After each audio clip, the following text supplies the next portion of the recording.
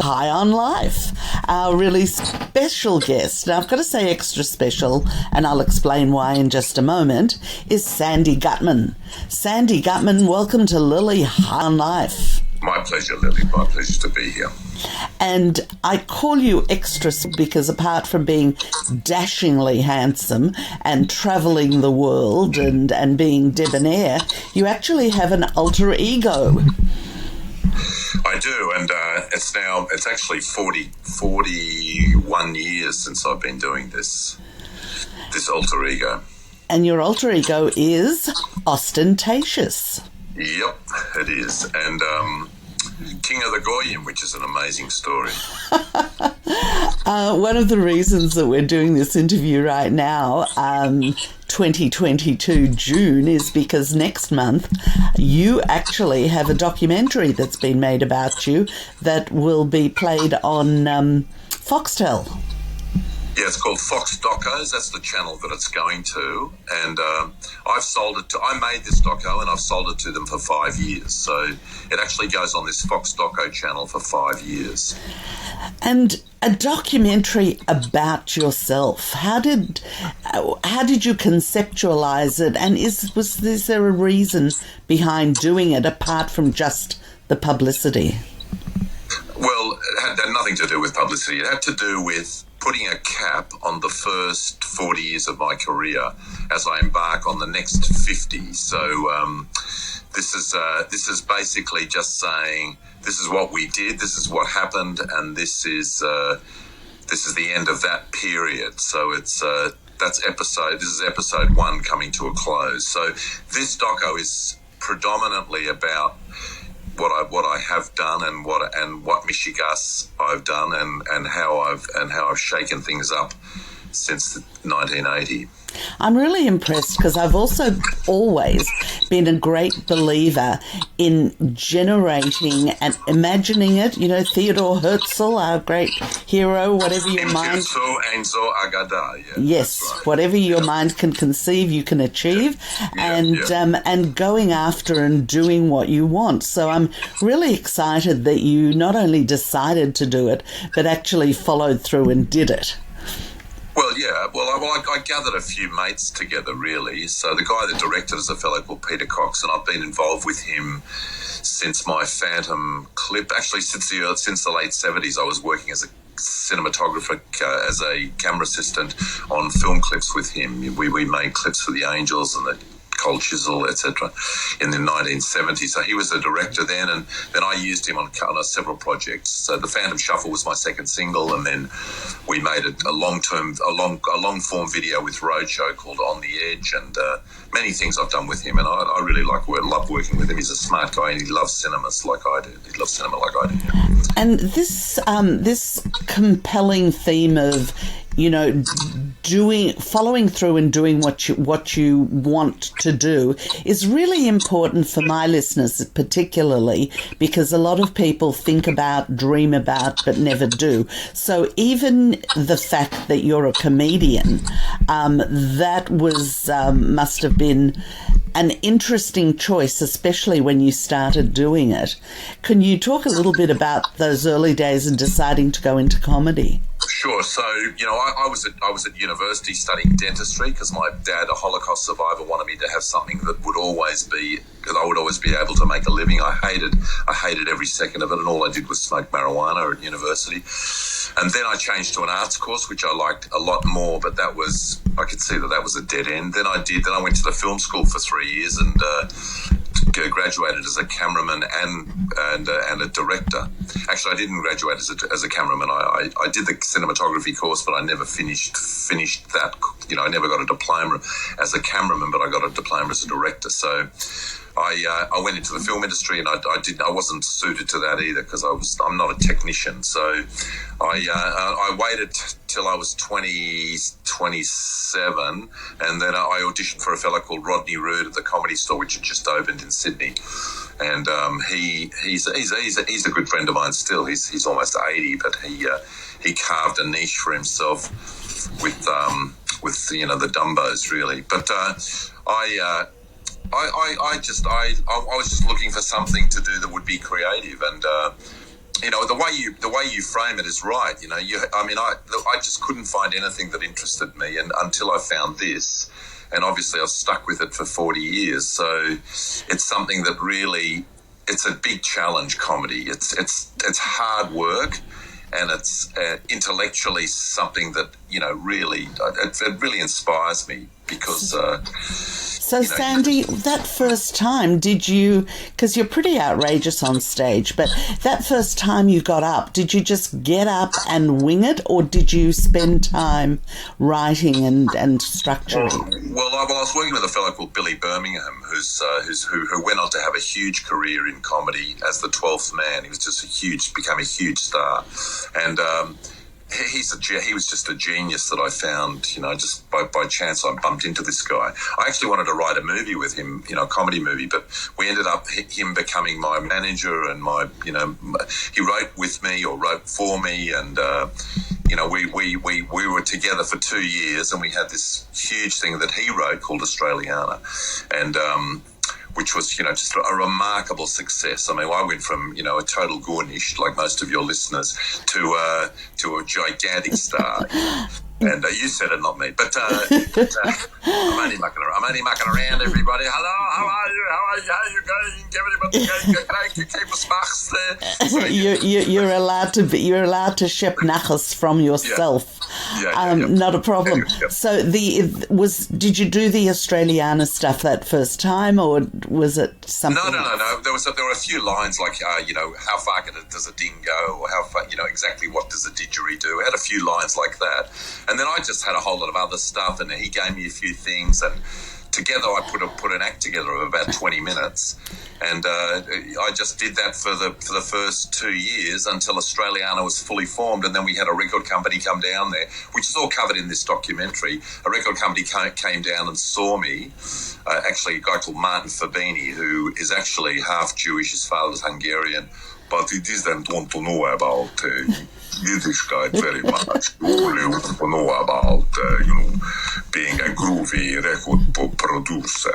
So he didn't really give a shit about being Jewish, but still doesn't. But the father was a bit of an intellectual. His name was Fabini. You might know. He had a book shop or book. He was a bookseller. He's quite well known in Melbourne anyway. I'm going to share something that very, very few people know. When I turned 40, I was living in Los Angeles, and the Comedy Store up on Sunset is the iconic place to do comedy. And I actually had my debut comedy stint at the Comedy Store on my 40th birthday. And so was that when we met? We met in Los Angeles. We did meet up in Los Angeles. Yeah. This was a little bit before that, but it was a once only. How did you go? Well, it was a once only because it is one of I've hosted my own TV program, live audiences, everything, but comedy is one of the toughest things to do. So just very quickly before we leave my debut, everybody else performing was a big black guy with pants falling down below their bum. Because it was my birthday, I was dressed up as a Jewish princess, and I'm a little heavy. I'm not skinny. And I got this great spot right in the middle, and this black guy started making really rude comments about fat girls and sex and fat girls, and I was supposed to go on right after him.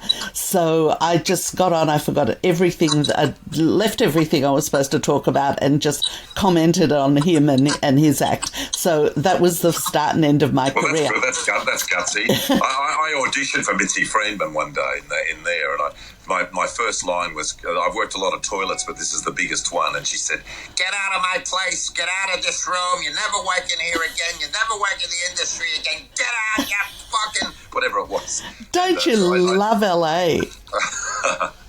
Well, I had a great time in America, and I've just been in America for the last 4 weeks. I love America. I am American. I was born in New York.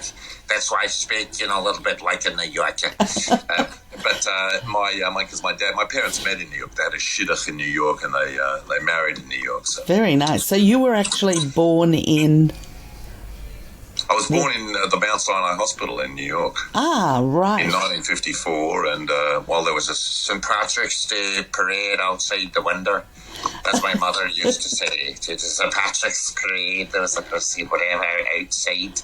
It was the 17th of March. It was St. Patrick's Day. Why would they have come to Australia when everybody was trying to get out, was trying to get to America? That's how my father felt, because he loved New York, and he loved the cultural aspects of New York, and the fact there was. I mean, the 1950s New York was a very happening place, you know. So yeah, and. He was a Holocaust survivor. His brother lived in New York. He came and lived with his brother for a little while until he could get himself set up. And my mother was a survivor because she left Poland just at the last minute and came to Australia because my grandfather had a brother here. And then she went on some scholarship to the United Nations. She's a pretty bright woman, my mother, and she. By whatever it was, they met and they married at the Hotel Brewster in Manhattan, and 1 year later I was born, and and then she said her father said he wanted her here, I guess, you know. Ah, okay, interesting. My father came to Australia and didn't like it. I'm sure he didn't like it his whole life because, you know, it was basically a cultural desert, and from many other aspects. So he just started schlepping watches around to country towns like I do with the jokes. And but he was a smart man because he knew to have a happy life, you have to have a happy wife. Well, that was one thing, but I don't think that unfortunately, I don't think that made much difference. I don't think he was happy in Australia. He was a very handsome guy, and he was a snappy dresser, and he came from a very wealthy family in Lodge, and everything fell apart, you know, when the Nazis came, and they destroyed all my family in Treblinka, and so he was a tragic figure, my dad. So the Holocaust was always in the background within your family as you were growing up. It was in a very strong sense, because he would scream at night, you know, and he would, you know, remember Bergen-Belsen in his dreams. Wow. And Bergen-Belsen was a terrible place right then at the end of the war, but that's where he was liberated by the British and taken to Sweden.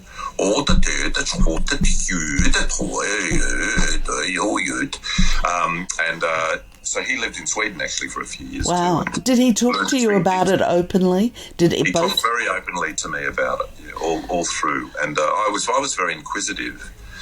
Unlike my brother, who wasn't that interested in it, and is interested in moving on. Well, he became the head of Westfield, the CEO of Westfield, with Mr. Loy, and so my father was very open with me. I really had to know what these people looked like, these perpetrators. I could conceive of it in my head, but I couldn't really realistically, you know, imagine anybody behaving the way those people did. So I just wanted to know everything.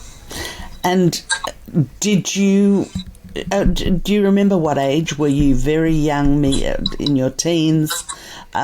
Because my follow-up question to that is, do you remember discussing it with your friends or other kids your age? I think through my teenage years, I wasn't as... Firstly, I grew up Shomer Shabbat, so it was... Good boy. We were a religious family, and we kept the Chagim, and I was in shul more than I was in therapy, you know. And I spent all my life with Yiddishkeit until the age of about 17, when I started to smoke marijuana and rebelled a bit, I think. So I got... now I'm not... I don't go to shul at all really much, because I think I've had enough of it all. It was just too much. It was so much. Sandy, what did the marijuana do for you when you started smoking it? Well, I think you know, all of us. I mean, on a more fundamental level, I think all of this generation, I think we wanted to blend in a little bit, you know, and that was a sort of a conduit to blending in, you know. at university, magic mushrooms and LSD and everything as the hippie thing happened. Well, I think we all wanted to be, the yarmulke went and the, tefillin went and, was replaced by marijuana and, just Michigas, rebelliousness and Woodstock, whatever. So it was more about that than it was what it actually did to your mind and body? Well, no. Well, of course, I just laughed and laughed and laughed, particularly with hashish. I just thought that was the best thing ever. I still think it was the best thing ever. I just would, with my friends, I would just laugh all day. And did it? So, did it actually affect your relationship with your parents? Because, you can keep things hidden, and it didn't. No, of course it affected everything. I mean, he didn't know what was going on with me. One day I was a Bible champion and the next day I was a marijuana hippie, and, running around with artists and, wanting to be an artistic, but what do you want, Sandy? But what do you want? Like screaming, going crazy, absolutely crazy. Because the older I got, the more the Holocaust came back to him. So, of course, and he was afraid for you more than anything else. He was afraid. He just didn't know what was going on with me. I was, but in retrospect, it was all part of the formation of a human being. It was all part of that. There was all that stuff mixed together. All the Bible studies, all the Talmud, all yeshiva and go to synagogue, and all of it was part of the formation of a human being. And to be honest, it's a great.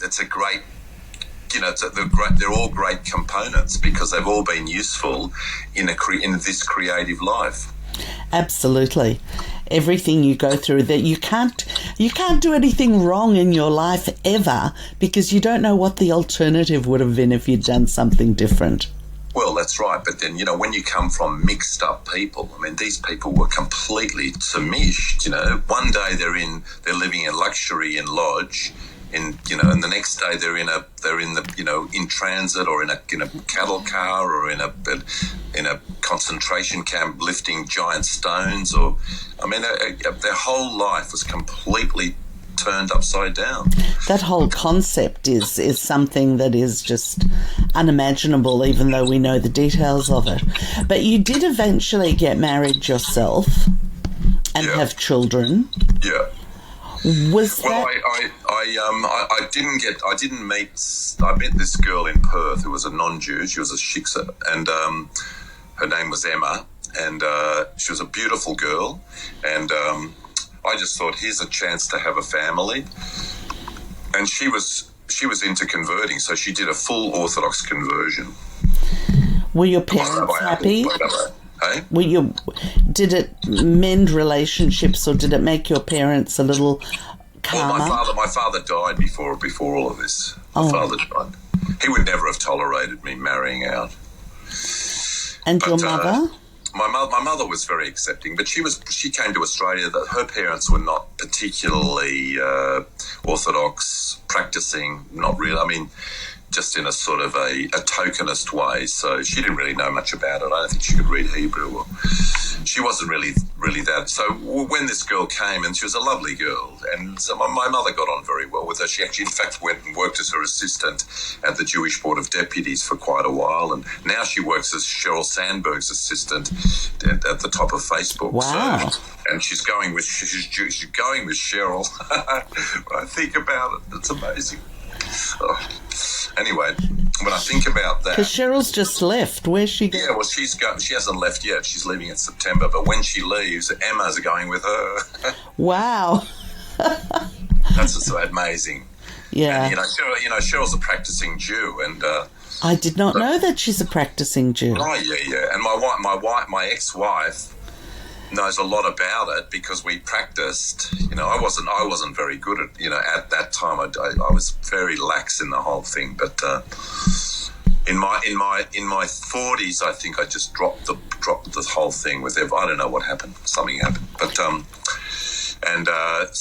but she knows all about that stuff. So she's going to be she's going to be working in Cheryl's house in Silicon Valley. And it's an amazing story, really. And your girls? You had two daughters. Well, I've got two daughters, and they're both in America right now. Did you help raise them? Was it 50-50? Oh yeah, no, of course. I've been incredibly involved with my children. The point is, if you're not, then you're going to have big tsuras. So I was there when we were married, and I was there when we were divorced, and I'm there for everything for them. And so do they have dual? I'm just curious. Do they have dual citizenship? They don't have dual citizenship. I have dual citizenship. But they've been to Australia. Oh yeah, no. They lived here for all that time, and then she moved to America. She married at a second time. She married a pilot from Delta, who's a born again Christian, I think, and they lived in San Francisco with her, and now they live in one of them lives. They're in America. They're both in America. Yeah. So, Sandy, having lived your childhood with your parents and then having had your own children that you were very aware you wanted to raise very differently, in hindsight, what's your insight as to raising kids?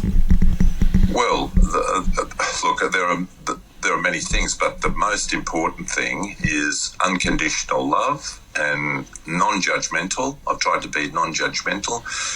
I've tried to be kind and generous to my kids, and probably spoilt my kids, but not really, because they're both incredibly hardworking, and they both just graduated. They've both got a Bachelor of Arts, and they'll both go on to be very successful in their lives. So. I just think the more time you spend, and I spend a huge amount of time with my children. I mean, you've just got to be there all the time for them, whatever ups and downs and whatever. Not judgmental. I know the drug thing. I know the alcohol thing. Did they go through the drug, or did they go through that? They're probably still going through it, but that's what happens these days, and our generation, we kicked it off, and they're the recipients of that. So. Sorry, I've got to throw in just a dash of politics.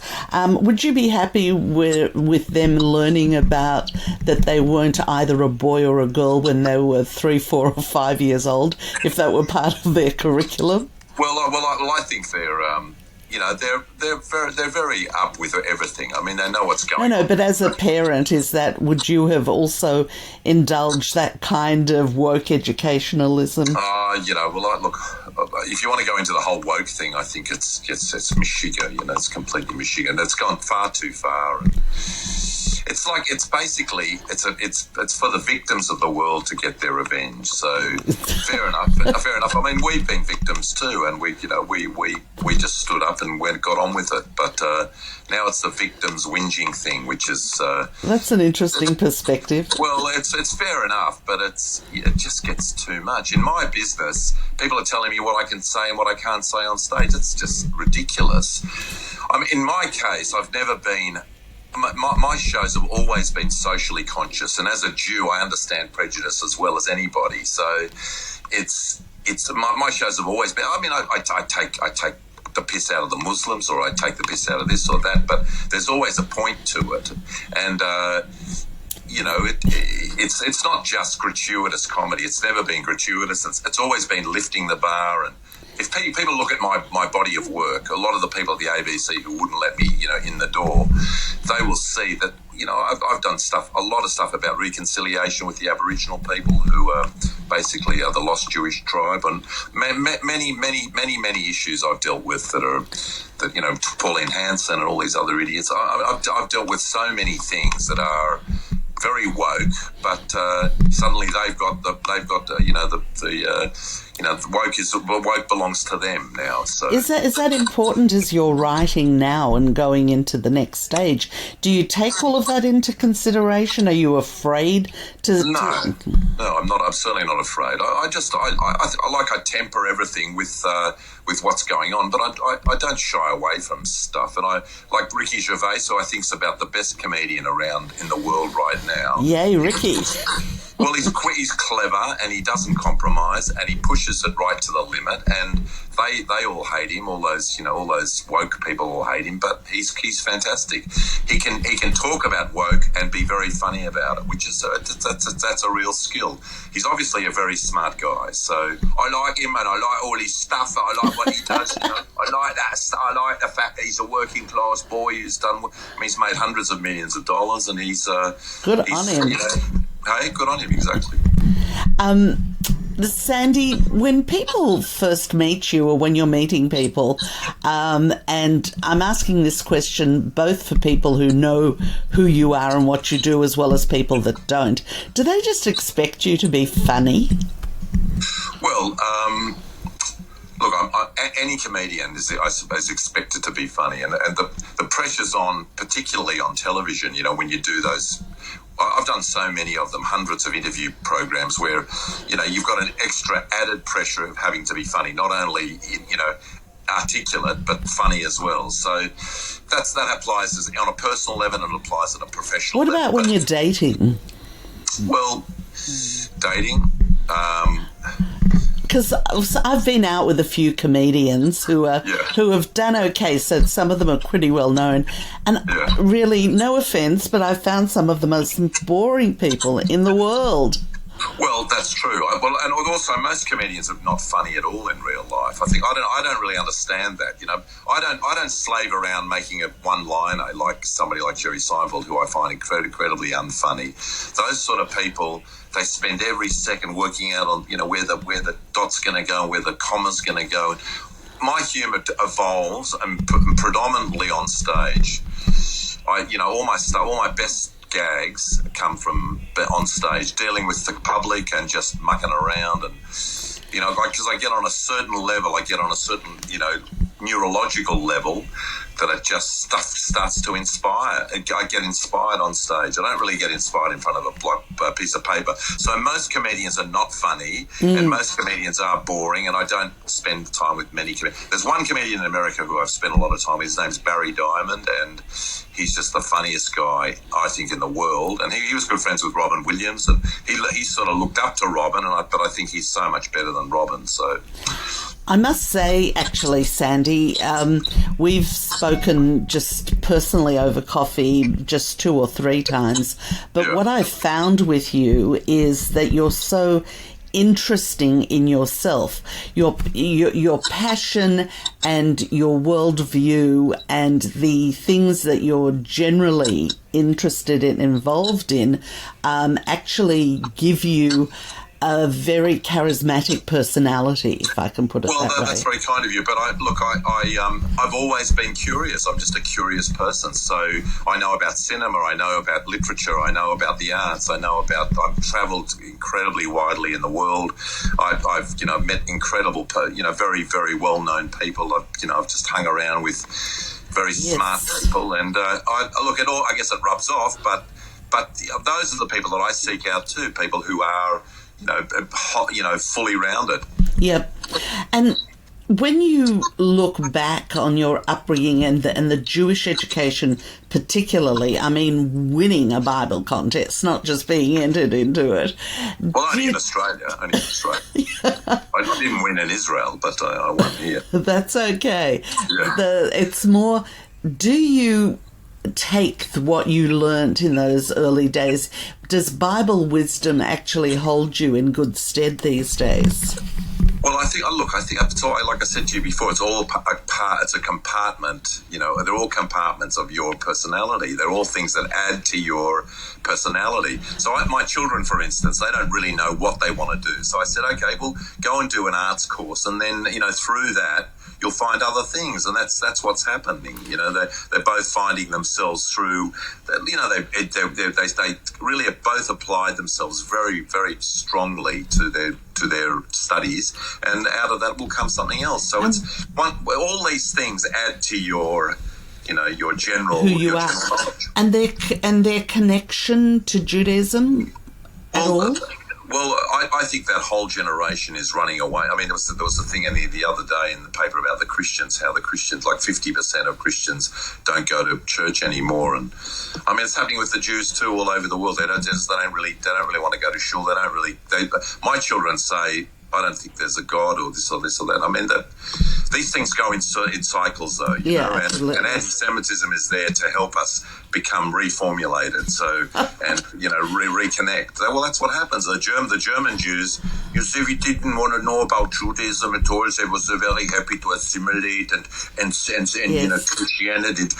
Mendelssohn, for instance, the great composer, converted to Christianity, and so many Jews just forsook Yiddishkeit. Actually, then they got to the gas chambers and they all suddenly remembered the Shema as, they were dying of carbon monoxide poisoning or whatever. So unfortunately, very, very true. When I first went to live in LA, I didn't mean to. Anyway, long story. But what I found was that I went to an Orthodox school, went to Beis Rivka in Melbourne, part of Chabad, all of that. But we were never religious at home. We came out of Russia, and so we knew we were Jewish because we were told, but that's about it. But when I came to LA, I started going to synagogue, which I didn't really do that much here. And what I found was that the rabbi's sermons were very much what the popular culture was in LA. All of that Which shul was that? Which shul was that? Oh, I went to a different shul every week, because the rabbis whereabouts in Beverly Hills? In Beverly Hills. So it was Chabad, different Chabad shuls. Oh, there are about 20 shuls just in the Pico Robinson area. I went to them all too. Yeah, and they had good cholent for lunch if you went on a Saturday. Yeah. But the rabbis themselves, I was reading Men Are From Mars, Women Are From Venus, and, all of these New Age books, and I'd go to shul, and the rabbis would talk about it as part of the parasha of the week and make it relevant to life today. Yeah, well, that's what they do. But it's what they do, but it's the truth, because it is like there is very little that's new in the world, and so the stories from the Bible and the lessons that we get out of them are in fact relevant today. Very much so, but just connecting that with life today. That's their job, so to make you feel, you're part of something. But like I found a lot of shuls in LA, like particularly Chabad, they're full of Baal Teshuvniks, if you know what that is. Yes. And, people who've had huge cocaine issues or whatever, or their children are producers or directors or whatever, and they've been neglected, and so they're looking for something in Judaism. And so it was a shul full of people who knew very little about Yiddishkeit and just wanted to be saved, I think. But they were welcomed in. But it was amazing. They were welcomed in, but I didn't feel like that at all, and I felt a little bit out of place I still feel like that in lots of these shuls, But good on Chabad for bringing Yiddishkeit to the Nebuchs. And I'm sure you were connected with the High Center in LA. The Schwartzes? No. I went to that shul on Olympic with that rabbi. He was accused of sexual issues and. Yes, went there too. You remember that guy? Yeah. Anyway. Yeah, but the High Center. But the High Center, which was also part of a Chabad, and Schwartzy was this hippie from the 60s that became this amazing rabbi that brought people together. But every year at the Cannes Film Festival, they have a Shabbat dinner, and somebody sponsors them, and they have this, which is getting bigger and bigger, and it brings in Jews that are in the film industry, some of them who for the first time have met a rabbi, but who were born Jewish. So, yes, God bless Chabad. Where's that? At the Carlton or something, is it? No, Schwartzy worked out of his home. He died just a few years ago. I'll get you a copy of his book because it's hilarious as well as interesting. Schwartzy in the High Center. And now his son runs it. That's good. And so they're continuing it, but these annual Shabbat dinners at Cairns are amazing. It's been more than 20 years, so all really good. Yeah. And so your new direction, and I'd actually like to propose one of your new directions for your work is that you take the weekly parsha and do a comedy set for each week of parsha. I don't think that's going to happen. But I don't either. But I love Yiddishkeit. I love everything about it, and I love the Jewish people, and particularly en masse rather than individually. I think Woody Allen said that for the first time. But I fear for the Jewish people constantly, and I fear for all these people who run around, want to make deals with everybody, and Joe Biden with all this stupid stuff with Iran, and these gangsters, they just want to destroy us, and you got to take them seriously. And I'm very unhappy that Netanyahu's gone. I must say, I'm very unhappy. I feel a bit the same way, so it'll be interesting. But also, what direction are you looking at taking for the next 50 years? For the next 60 years, I'm looking at. I just want to keep doing this stand-up thing because I really enjoy it, and I am working on 2 movie ideas. I've got a couple of ideas for movies, and we are developing them already. I mean, whether I will direct them or I will be in them, or I'm not sure yet. But when I saw Ben Stiller the other day, and I realised that you don't need to be much of a person to be a movie star because he could have fit it into my pocket. But and he's a director, he's a writer, director, comedian. Do you think you'll do it here or in America? No. Well, there are a couple of ideas that I want to do in Australia. I mean, it's easier. I mean, Australia's much easier, in terms of getting things together. But we're very competent. I was listening to Mandy Walker today, who was the cinematographer on Baz Luhrmann's latest picture, the Elvis picture, and she was just talking about the competence of Australian cinematographers, which is my first love too. I love cinematography, and I know all those people, all those camera people, and I know Baz very well too. And his film's #1 in America now, and #1 in Australia. So, we can do lots of things here and have them, be successful all over the place. But I've been a stand-up comedian and a comedian on the road in Australia for 40 years, and I've tried a lot of it in America. But it's much more of a challenge in America. It's highly competitive in America, and it's different. Is there a real difference in the audiences and the way you present the material?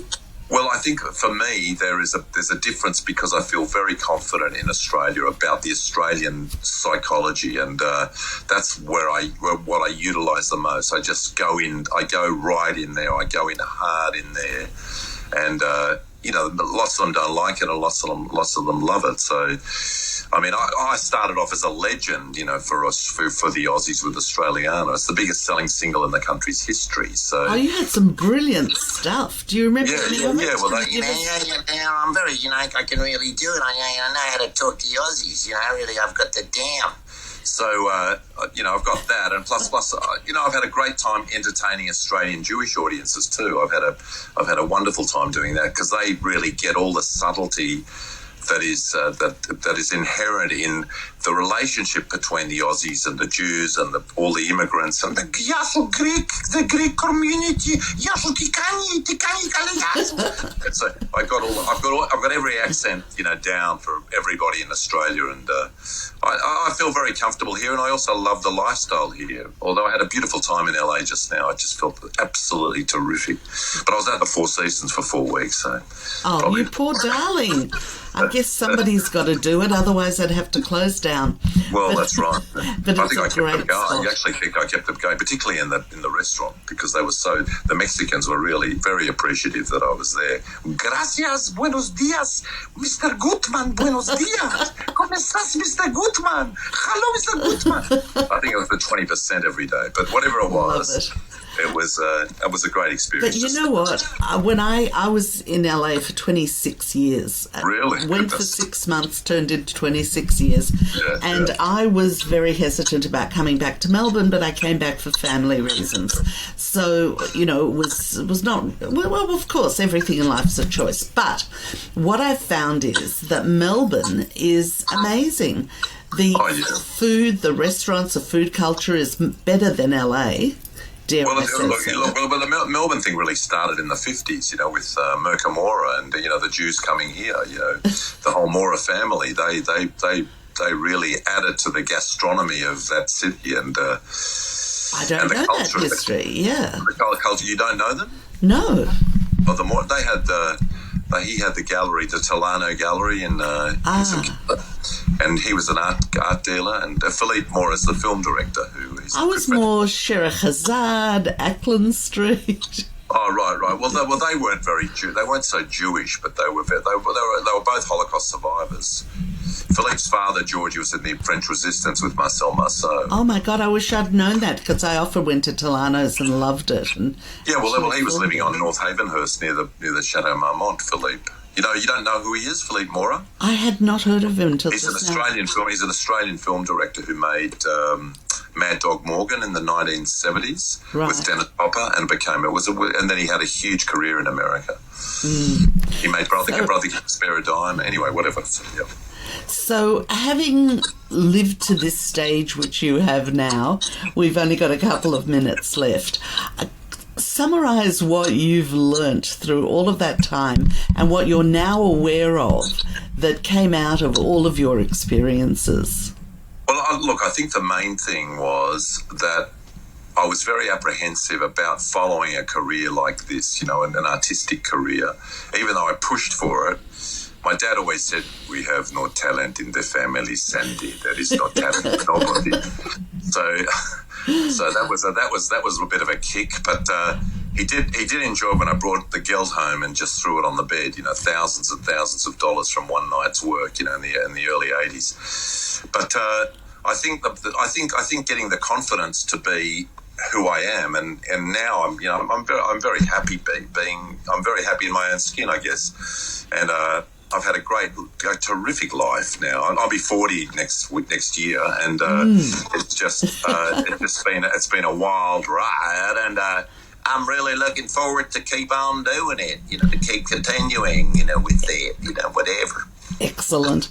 And so I look forward to the next documentary in another maybe 5-6 years' time. The sequel. But anyway, for the people out there, it's July the 17th. It's Fox Docos, which is a channel of Foxtel. It's 8:30 p.m. and then it will be streaming for 4 or 5 years on Foxtel. So it's on their biography thing, and it's a really great channel. Is there a website? There's there's the Foxtel website. I don't have a particular website for it, but I don't even have the cover art yet. But it's up on IMDb now. It's just gone up on IMDb. So. No worries. So if is a website, I'll include it in my summary. Well, you can put my website, which is austentatious.com. But of course. But that's not specific though. That just details everything that I've done, So also, if people want to have a look at Wikipedia, because there's a lot of stuff up there about my. No worries. Austentatious.com actually is a really good one. Who came up with the name?